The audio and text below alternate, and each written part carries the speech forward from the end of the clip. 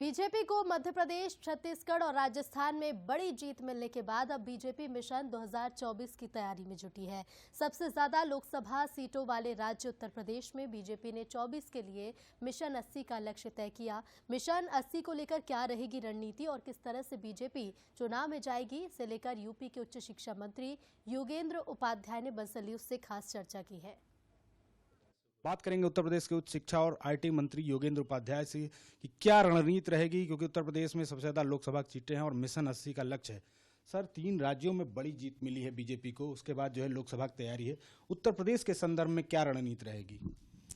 देखिए, मोदी जी के व्यक्तित्व की और कृतित्व की और भारतीय जनता पार्टी के कार्यकर्ताओं की परिश्रम की सफलता है जो इतनी बड़ी सफलता तीनों स्टेट्स में मिली।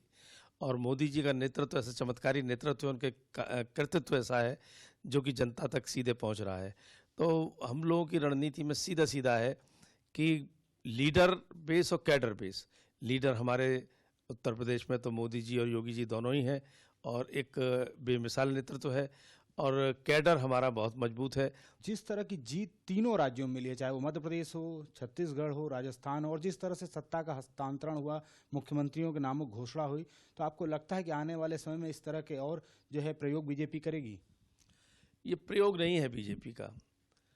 जहाँ तक पहले जीत का सवाल है कि माननीय मोदी जी के काम की सराहना पूरे देश में है, तो इन तीनों प्रदेशों में भी थी, उसके लिए जनता वोट देने निकली।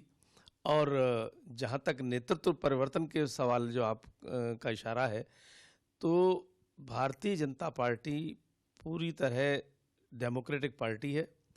विधायक दल से मशवरा लेकर पर्यवेक्षकों ने जो निर्णय लिए हैं और यह बताया है कि एक आम कार्यकर्ता भी सर्वोच्च शिखर पर पहुंच सकता है। विपक्षी गठबंधन जो है इंडिया, वो भी लगातार बैठकें करता। आपको लगता है जो 3 राज्यों के जो नतीजे हैं उससे कुछ असर पड़ेगा जो है विपक्षी गठबंधन इंडिया पर? वैसे कहीं का ईंट कहीं का रोड़ा, भानुमति ने कुनबा जोड़ा। जो सो कॉल्ड इंडिया बनाया हुआ है उन्होंने, वो अपने आप चुनाव के बाद ही बिखरता हुआ नजर आया, चुनाव के समय बिखरता हुआ नजर आया।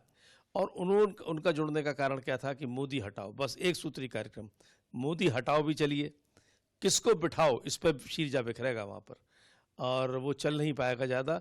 लोगों को भरोसा है और बीजेपी कैडर बेस्ड पार्टी है जो लगातार जो है जनता के साथ रहती है, जनता से जुड़े हुए मुद्दों पर काम करती है और लगातार जो है सरकार की जो नीतियां योजनाओं को जनता तक पहुंचाती रहती है।